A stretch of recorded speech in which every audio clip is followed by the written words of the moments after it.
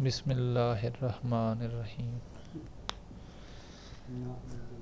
Lecture third में oxy acids of nitrogen हम discuss कर रहे हैं।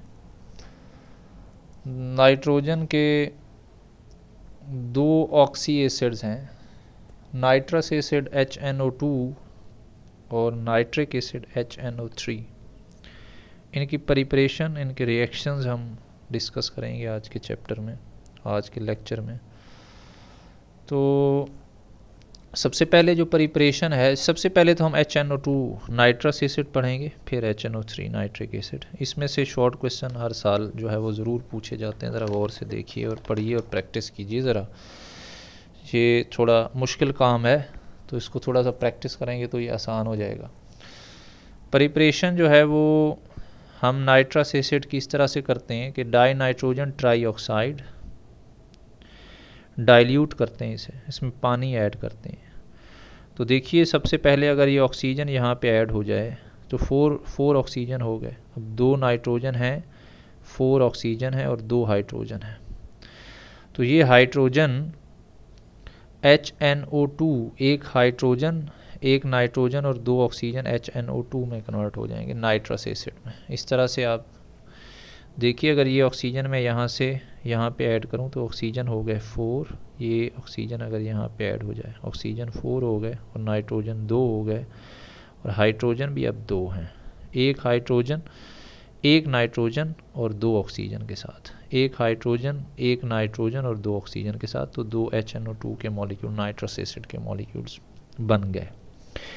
दूसरा जो तरीका है नाइट्रस एसिड बनाने का, वो है कि बैरियम नाइट्रेट को आप जो है वो सल्फ्यूरिक एसिड के साथ रिएक्शन कराइए।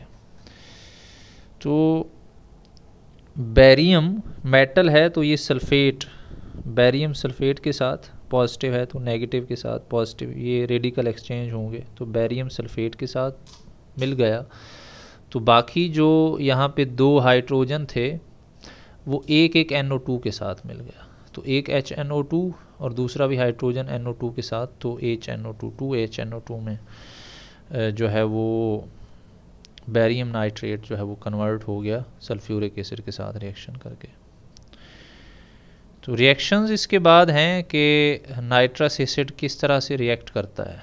सबसे पहले जो इसका रिएक्शन है वो इसमें ऑक्सीडाइजिंग एजेंट के तौर पर एक्ट करेगा। ये ऑक्सीजन खुद में से निकाल के किसी को दे देगा। तो ऑक्सीजन खुद में से निकाल के किसी को दे दे तो ये ऑक्सीडाइजिंग एजेंट बन गया। ऑक्सीडाइजिंग एजेंट के तौर पर कैसे एक्ट करता है, रिएक्शंस करके बताइए। बहुत ही इंपॉर्टेंट शॉर्ट क्वेश्चन है, पूछा जाता है पेपर में।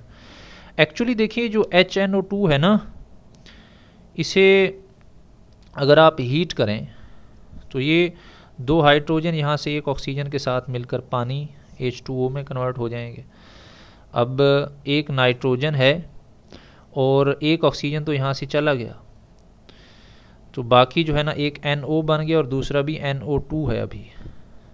तो यहाँ से जो ऑक्सीजन निकलेगा NO2 से, वो ये मैंने यहाँ पे लिखा है, और 2 NO के मॉलिक्यूल्स बन गए, ये 2 NO बन गए। अब ये जो ऑक्सीजन है ये जिसके साथ भी मिलेगा तो उसकी ऑक्सीडेशन कर देगा। नेसेंट ऑक्सीजन है, बहुत रिएक्टिव है, तो इसलिए क्योंकि ये हीट करने पे पानी में और नाइट्रोजन ऑक्साइड में और नेसेंट ऑक्सीजन में कन्वर्ट होता है, तो ये किसी की भी ऑक्सीडेशन कर सकता है। अब जिस कंपाउंड को आप इसके साथ मिलाएंगे तो ये उसे ऑक्सीजन देगा, उसकी ऑक्सीडेशन हो जाएगी। जैसे ये तो तरीक़ाकार है कि कैसे ये HNO2 ऑक्सीडाइजिंग एजेंट के तौर पर एक्ट करता है। रिएक्शंस में देखिए आप HNO2 है और HI है। देखिए अभी ये ऑक्सीजन इसे देगा, हाइड्रोजन के साथ मिल जाएंगे, तो हाइड्रोजन कन्वर्ट हो गया पानी में। ये यहाँ पे 2 से मल्टीप्लाई कर दीजिए क्योंकि इधर हमें 2 हाइड्रोजन रिक्वायर्ड है। एक ऑक्सीजन यहाँ से चला गया तो पानी में कन्वर्ट हो गया, बल्कि ये एक ही हाइड्रोजन है क्योंकि दूसरा हाइड्रोजन यहाँ पे भी है। एक हाइड्रोजन और एक हाइड्रोजन, एक ऑक्सीजन यहाँ से लेंगे तो पानी में कन्वर्ट हो गया, और ये NO2 has been converted into NO, और जो आयोडीन है वो सेपरेट हो गया कि वो क्योंकि आयोडीन का हाइड्रोजन तो इस हाइड्रोजन के साथ मिलकर यहाँ से ऑक्सीजन ले रहा है, तो बाकी जो है वो सिर्फ हाइड्रोजन चले गए, I2 में कन्वर्ट हो गया वो। इसी तरह से जो दूसरा रिएक्शन है जिसमें ये ऑक्सीडाइजिंग एजेंट के तौर पर एक्ट करेगा HNO2, वो है कि SnCl2 plus HCl plus HNO2, इसमें भी HNO2 देखिएगा ऑक्सीजन देगा। सबसे पहले ये ऑक्सीजन किसे देगा, जैसे पहले यहाँ हाइड्रोजन को दे रहा था, उसे वाटर में कन्वर्ट कर रहा था, यहाँ पे भी हाइड्रोजन को ये ऑक्सीजन देगा। तो जो ये क्लोरीन है ये फिर किसके साथ, ये क्लोरीन ये SnCl2 के साथ 2 क्लोरीन है, ये मिलकर SnCl4 में कन्वर्ट हो जाएंगे, और जो 2 हाइड्रोजन थे वो यहाँ से ऑक्सीजन लेकर पानी में कन्वर्ट हो रहे हैं, और बाकी यहाँ पे अगेन वही ये 2 हाइड्रोजन भी यहाँ से एक ऑक्सीजन लेकर पानी में कन्वर्ट हो रहे हैं। तो बाकी जो जैसे पहले ऑक्सीजन यहाँ से चले गए तो ये NO में कन्वर्ट हो गया, तो यहाँ पे भी इसने 2 ऑक्सीजन दे दिए, एक इस 2 हाइड्रोजन्स को और एक ऑक्सीजन इन 2 हाइड्रोजन्स को, तो पानी में कन्वर्ट हो गया और NO2 has been converted into NO। तो ऑक्सीजन दे दिया, ये ऑक्सीडाइजिंग एजेंट के तौर पर एक्ट कर रहा है। तो ये नीचे मैंने बता दिया कि ये कैसे ऑक्सीडाइजिंग एजेंट के तौर पर क्यों एक्ट करता है, क्योंकि ये नेसेंट ऑक्सीजन प्रोवाइड करता है ऑन डीकम्पोजिशन। तो ये आपसे शॉर्ट क्वेश्चन में पूछे जा सकते हैं कि प्रिपरेशन क्या है नाइट्रस एसिड की, और ये ऑक्सीडाइजिंग एजेंट के तौर पर कैसे एक्ट करता है। इससे नेक्स्ट जो है रिड्यूसिंग एजेंट के तौर पर भी ये एक्ट करता है कि इससे स्ट्रॉन्ग ऑक्सीडाइजिंग एजेंट अगर आ जाए, ये खुद भी ऑक्सीडाइजिंग एजेंट है लेकिन इससे ज़्यादा स्ट्रॉन्ग ऑक्सीडाइजिंग एजेंट आ जाए तो ये ऑक्सीजन एक्सेप्ट करना शुरू कर देता है। तो ऑक्सीजन जब एक्सेप्ट करेगा तो इसकी रिडक्शन होगी, तो ये रिड्यूसिंग एजेंट के तौर पर जो है वो एक्ट करेगा।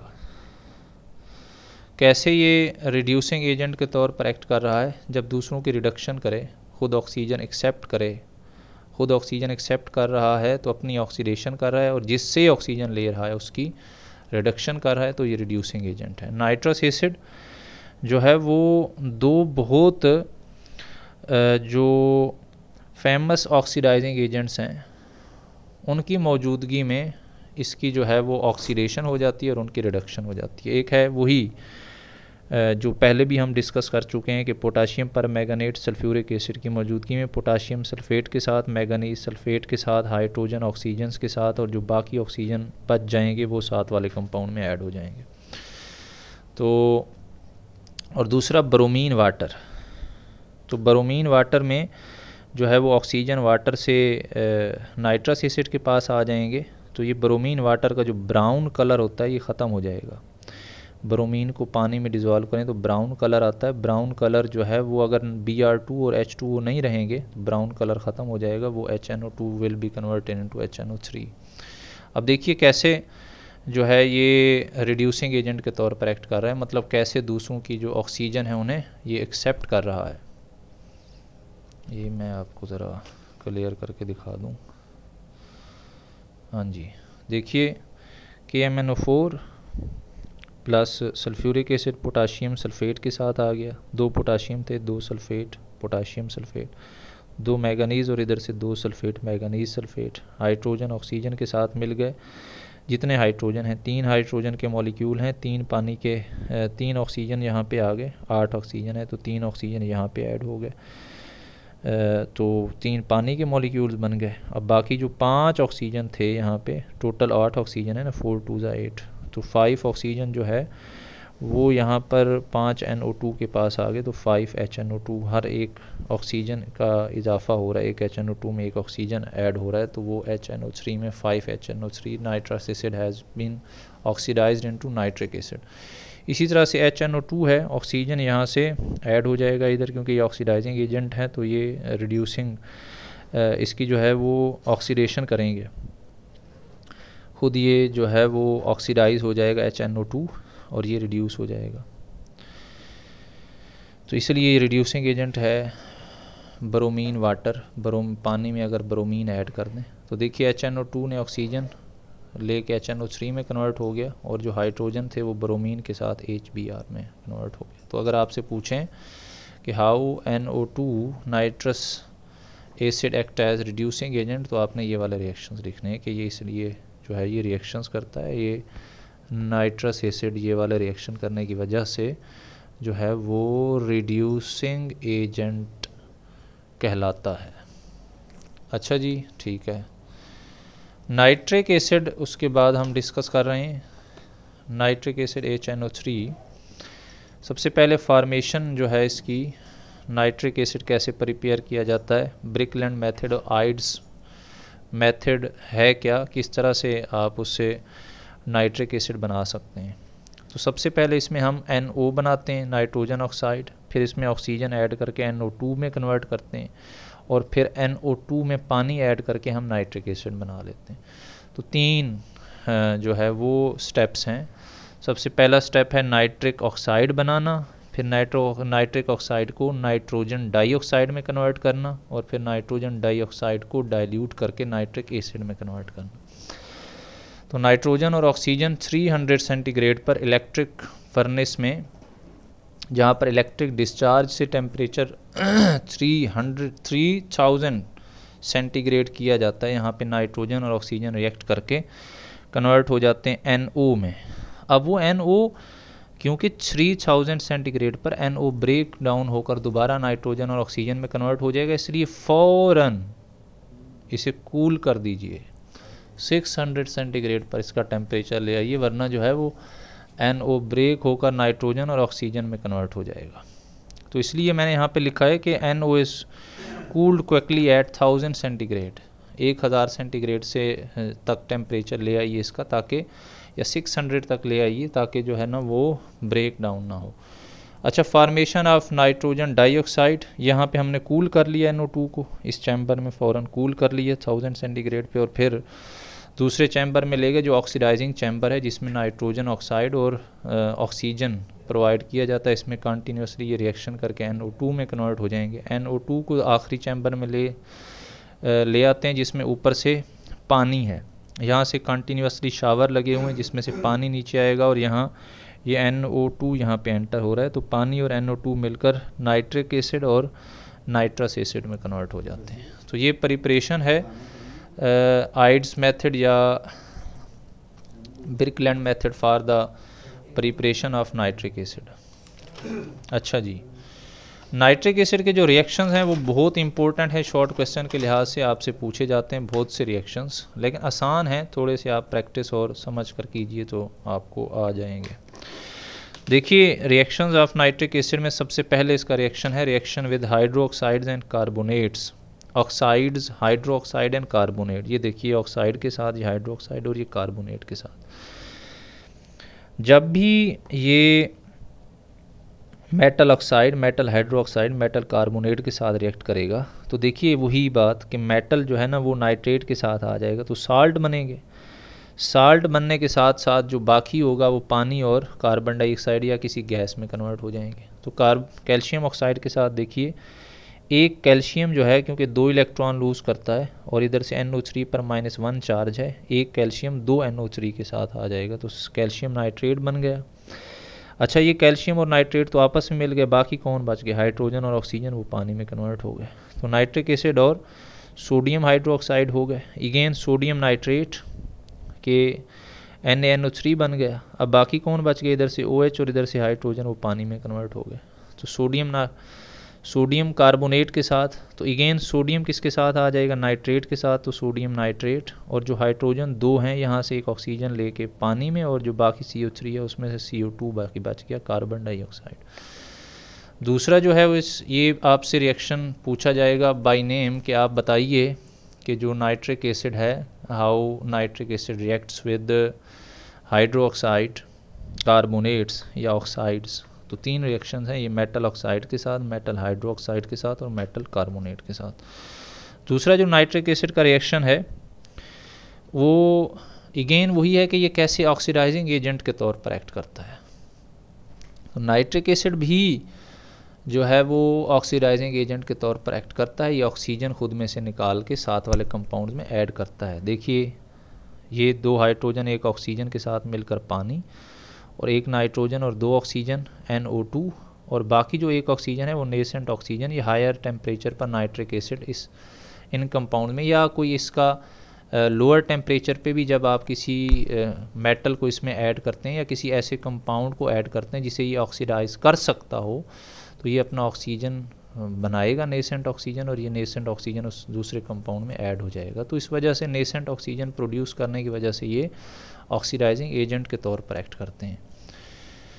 तो जैसे आप देखिए कि अगर ये oxides non metals to corresponding oxides, कि जब भी आप नॉन मेटल्स के साथ रिएक्शन कराएंगे नाइट्रिक एसिड का जैसे कार्बन है, सल्फ़र है, तो वो उन्हें अपने ऑक्साइड्स में कन्वर्ट कर देगा, कार्बन ऑक्साइड में या फिर सल्फ़र के ऑक्साइड्स में।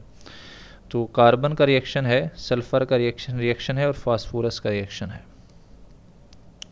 और इसी तरह से जो है वो आर्सेनिक का रिएक्शन है नेक्स्ट पेज पे।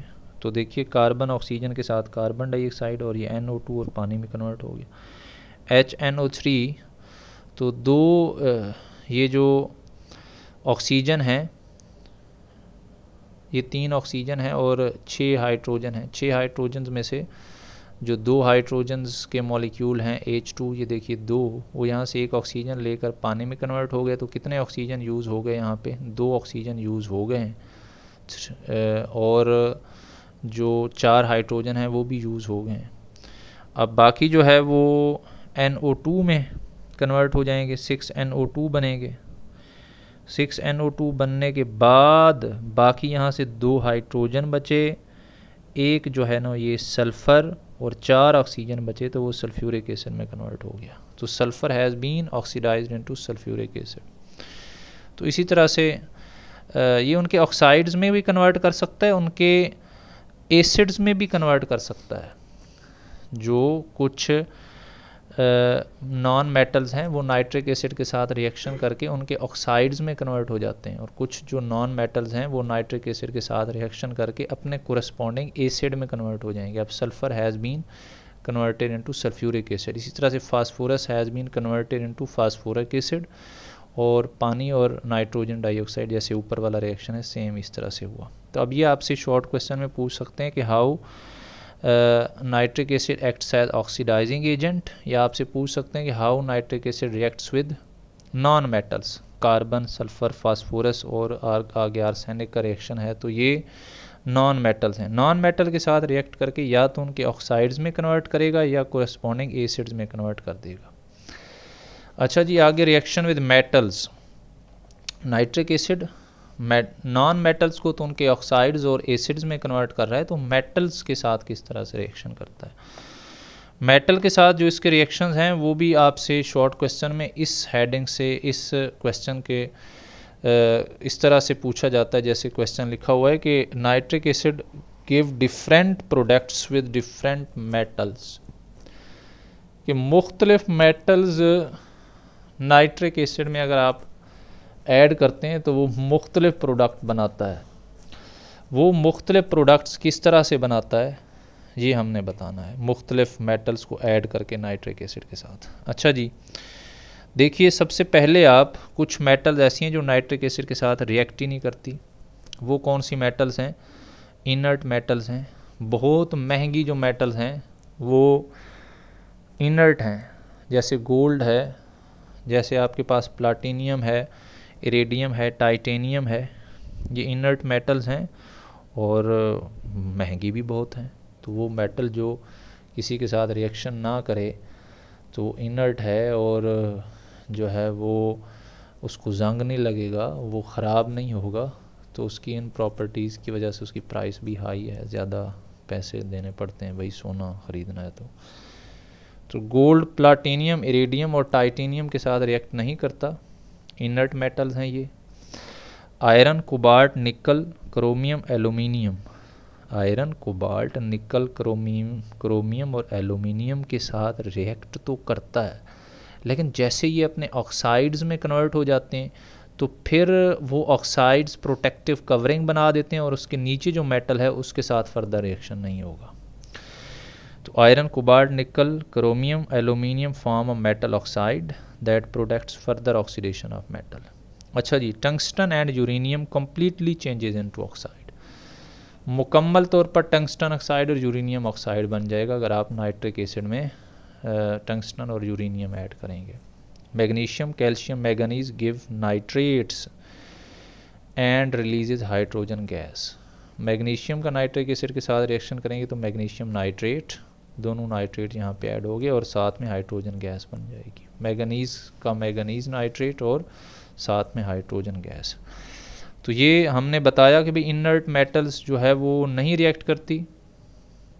आयरन, कोबाल्ट, निकल, क्रोमियम और एल्यूमिनियम रिएक्ट करती हैं लेकिन ऑक्साइड्स बनाते हैं और वो ऑक्साइड्स इन्हें पैसिव कर देते हैं, मतलब कि ऊपर ऑक्साइड की लेयर आ जाती है और नीचे जो है ना वो मेटल एक्टिव नहीं रहता, वो पैसिव हो जाता है, वो सेफ हो जाता है, फर्दर ऑक्सीडेशन उसकी नहीं होती। टंगस्टन और यूरेनियम को मुकम्मल ऑक्सीडाइज कर देता है, जबकि जो मैग्नीशियम और मैंगनीज हैं उन्हें नाइट्रेट में कन्वर्ट कर देता है और साथ में हाइड्रोजन गैस भी रिलीज़। तो ये आपसे शॉर्ट क्वेश्चन में पूछते हैं, कम से कम 3 या 4 पॉइंट्स ये आप याद कर लें कि मुख्तलिफ मेटल्स के साथ नाइट्रिक एसिड के मुख्तलिफ प्रोडक्ट्स हैं।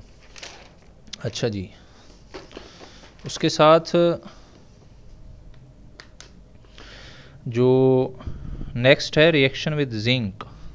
जिंक के साथ हमने रिएक्शन पढ़ना है नाइट्रिक एसिड का, ये भी शॉर्ट क्वेश्चन में पूछ सकते हैं आपसे। इस तरह से पूछते हैं ये कि जो जिंक है वो नाइट्रिक एसिड के साथ रिएक्ट करके डिफरेंट नाइट्रिक एसिड की कंसंट्रेशन के साथ रिएक्ट करके डिफरेंट टेम्परेचर पे डिफरेंट प्रोडक्ट बनाता है। मतलब जिंक सेम रखें आप, ये 4 जो है वो 2 रिएक्शन देख लीजिए आप, जिंक है यहाँ पे भी और यहाँ पे भी जिंक है, लेकिन एक जगह पे हमने वेरी डाइल्यूट नाइट्रिक एसिड लिया हुआ है और दूसरी जगह पे डाइल्यूट नाइट्रिक एसिड लिया हुआ है। तीसरे रिएक्शन हम आगे देखेंगे कंसनट्रेटेड नाइट्रिक एसिड भी लेंगे। तो मतलब जिंक नाइट्रिक एसिड की मुख्तलिफ कंसनट्रेशन के साथ मुख्तलिफ प्रोडक्ट बनाता है। जैसे जिंक है, वेरी डाइल्यूट नाइट्रिक एसिड के साथ जब रिएक्शन करेगा तो कन्वर्ट हो जाता है जिंक नाइट्रेट में, अमोनियम नाइट्रेट में और पानी में, वेरी डाइल्यूट। और जब डाइल्यूट के साथ रिएक्ट करेगा तो कन्वर्ट हो जाएगा जिंक नाइट्रेट में। अब अमोनियम नाइट्रेट नहीं बनेगा, नाइट्रोजन ऑक्साइड में और पानी में कन्वर्ट हो जाएंगे। अब आप ये ना सोचिएगा कि ये वेरी डाइल्यूट था, वेरी डाइल्यूट का मतलब नाइट्रिक एसिड कम पानी ज़्यादा है तो यहाँ पर 10 नाइट्रिक एसिड आ गए, डाइल्यूट था तो फिर भी 10 नाइट्रिक एसिड आ गए। लेकिन आगे कंसंट्रेशन में ज़रा देखिएगा आप कि जब जिंक हो उसे आप कंसनट्रेटेड नाइट्रिक एसिड के साथ रिएक्शन कराएं तो फिर वो हमें एक बैलेंस केमिकल इक्वेशन में एक जिंक के साथ 4 नाइट्रिक एसिड के मॉलिक्यूल, पीछे 10 लिख रहा था मैं लेकिन यहाँ पर 4 लिख रहा हूँ, तो इसका हरगिज़ ये मतलब नहीं है कि ये नाइट्रिक एसिड के मॉलिक्यूल्स कम हो गए। ये नाइट्रिक एसिड कंसनट्रेटेड है, सबसे ज़्यादा नाइट्रिक एसिड के जो मॉलिक्यूल्स यूज़ होंगे वो इस रिएक्शंस में यूज़ होंगे, लेकिन एक बैलेंस केमिकल इक्वेशन में क्योंकि हमें 4 नाइट्रिक एसिड की ज़रूरत है तो हम इसलिए यहाँ पर 4 लिख रहे हैं। तो जिंक नाइट्रेट में कन्वर्ट हो गया, नाइट्रोजन ऑक्साइड में और वाटर में। तो ये आपसे पूछ सकते हैं कि ये जो जिंक है ये नाइट्रिक एसिड के साथ रिएक्ट करके मुख्तलिफ प्रोडक्ट्स बनाता है, तो कैसे?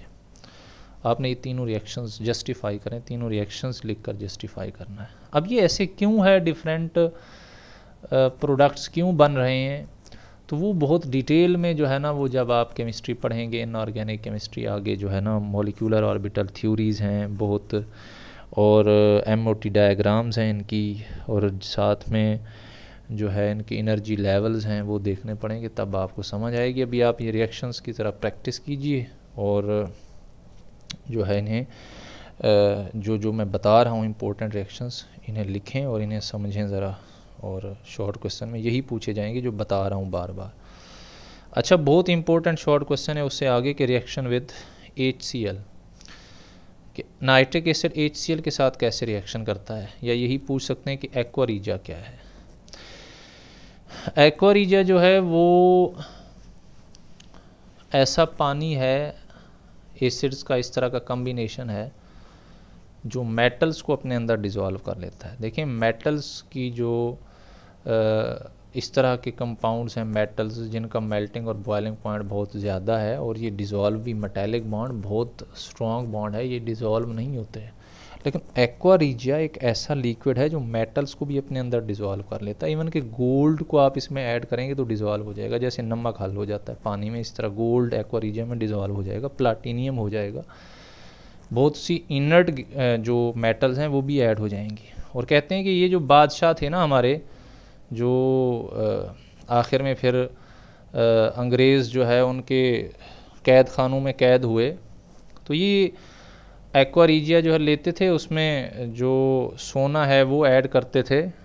सोना डिज़ोल्व करने के बाद फिर उनके कुछ ड्रॉप्स लेकर एक कोई शरबत सा बनाते थे, फिर वो अयाशियों में अपनी जो है ना वो बड़ापन दिखाने के लिए कि हम बादशाह हैं, ये ड्रिंक के लिए भी यूज़ करते थे। तो वैसे लिखा हुआ तारीख़ में इस तरह से भी, अब वल्लाहु आलम के सही है कि गलत है। 1 volume of nitric acid mixed with 3 volume of concentrated HCl, 1 litre HNO3 तो 3 लीटर HCl मिक्स करें तो एक्वा रीजिया इज़ फॉर्म्ड। मतलब 2 एसिड्स का कम्बिनेशन है जिसमें नाइट्रिक एसिड का 1 वॉल्यूम और HCl के 3 वॉल्यूम्स हैं। It is implied to dissolve gold and platinum, inert metals को भी ये डिज़ोल्व कर लेता है। कैसे डिज़ोल्व करता है ये इनर्ट मेटल्स को? देखिए नाइट्रिक एसिड और ये नाइट्रिक एसिड का एक है, यहाँ पर 1 वॉल्यूम लिया है तो इसके 3 वॉल्यूम ये आपस में रिएक्ट करके NOCl बनाते हैं। ये N यहाँ पर O और यहाँ से Cl बन गया, और बाकी जो हाइड्रोजन है वो पानी में कन्वर्ट हो गए। 1 हाइड्रोजन यहाँ से और 3 हाइड्रोजन यहाँ से, तो 4 हाइड्रोजन 2 पानी के मॉलिक्यूल बन गए, और ये क्लोरीन यहाँ पे सेपरेट हो गया Cl2। ये मेन कॉन्स्टिट्यूएंट है जो कि गोल्ड और प्लाटीनियम को डिज़ोल्व करता है। अब ये 3 NOCl, Cl2 और H2O, ये बोथ, बल्कि ये तीनों जो कंपाउंड्स हैं जिसमें पानी है, क्लोरीन है और NOCl है, ये एक्वा रीजिया है। इसमें मैं ऐड कर रहा हूँ अब जो है ना वो गोल्ड। इससे पहले NOCl जो है वो कंपाउंड जो है वो अनस्टेबल है और ब्रेक हो जाएगा यहाँ से सेंटर से कि नाइट्रोजन ऑक्साइड में, और क्लोरीन गैस में कन्वर्ट हो जाएगा वो। अब ये जो क्लोरीन गैस है Cl2, ये जो है हमारे पास ये बहुत एक्टिव है, रिएक्टिव है। जब भी हम मेटल ऐड करेंगे तो ये क्लोरीन के साथ रिएक्ट करेगा, क्लोरीन के साथ रिएक्ट करके वो कन्वर्ट हो जाएगा। जैसे गोल्ड मैंने ऐड किया तो क्लोरीन के साथ मिलके वो गोल्ड क्लोराइड में कन्वर्ट हो गया, तो ये पानी में डिज़ोल्व हो जाता है। ये पानी है साथ में ना, ये पानी, इसमें गोल्ड नहीं डिज़ोल्व। लेकिन ये जो क्लोरीन यहाँ पे Cl2 बना है NOCl के डिसोसिएशन से, इसने गोल्ड को कन्वर्ट कर दिया है UCl3 में, तो वो सॉल्युबल हो गया। तो ये एक्वा रीजिया जो है वो 2 तेज़ाब जो है ना 2 एसिड्स का मजमुआ है, जिसमें 1 वॉल्यूम HNO3 का और 3 वॉल्यूम HCl का है, और ये गोल्ड और प्लाटीनियम को भी डिज़ोल्व कर लेता है। किसकी वजह से? Cl2 की वजह से। अच्छा जी, आखिरी एक शॉर्ट क्वेश्चन वो है कि uses of nitric acid laboratory reagent के तौर पर यूज़ होता है कि लेबॉर्ट्री में इसे मुख्तलिफ़ कंपाउंड्स की सिंथेसिस में यूज़ किया जाता है। एक जो है वो कंपाउंड को दूसरे कंपाउंड में कन्वर्ट करने के लिए सिंथेसिस में। Manufacture of nitrate fertilisers, nitrate fertiliser nitrogen plants को प्रोवाइड करते हैं, तो ये नाइट्रेट फर्टिलाइज़र्स बनाने में इस्तेमाल होता है। मैन्युफैक्चर ऑफ एक्सप्लोसिव्स, धमाकेदार चीज़ें बनाने में। वार्निश और ऑर्गेनिक डाइज़ की सिंथेसिस में भी यूज़ किया जाता है इसे। तो ये जो शॉर्ट क्वेश्चन मैंने बताए हैं ख़ास तौर पर लिखे हुए हैं यहाँ पे, वो ज़रा देखिए। ख़ास तौर पर आपने जो देखना है इस लेक्चर में, एक दफ़ा दोबारा बताऊँ कि जो आपसे पूछे जाते हैं बार बार शॉर्ट क्वेश्चन, वो है कि जो फॉर्मेशन ऑफ नाइट्रिक ऑक्साइड है HNO3, नाइट्रिक एसिड है, बल्कि formation of nitric acid Birkeland and Eyde's method है। इसके अलावा आपसे पूछा जाता है कि NO2 कैसे ऑक्सीडाइजिंग एजेंट के तौर पर और कैसे रिड्यूसिंग एजेंट के तौर पर एक्ट करता है, और जो नाइट्रिक एसिड के रिएक्शंस हैं ये, और एक्वा रीजिया क्या है ये आपने पढ़ना है, और साथ में नाइट्रिक एसिड के जो यूजेस हैं ये 5-6 शॉर्ट क्वेश्चन बनते हैं। इनको एक दफ़ा अच्छी तरह से पढ़ के और एक दफ़ा लिख लीजिए, रिएक्शंस की प्रैक्टिस कीजिए। ओके जी, अल्लाह हाफ़िज़।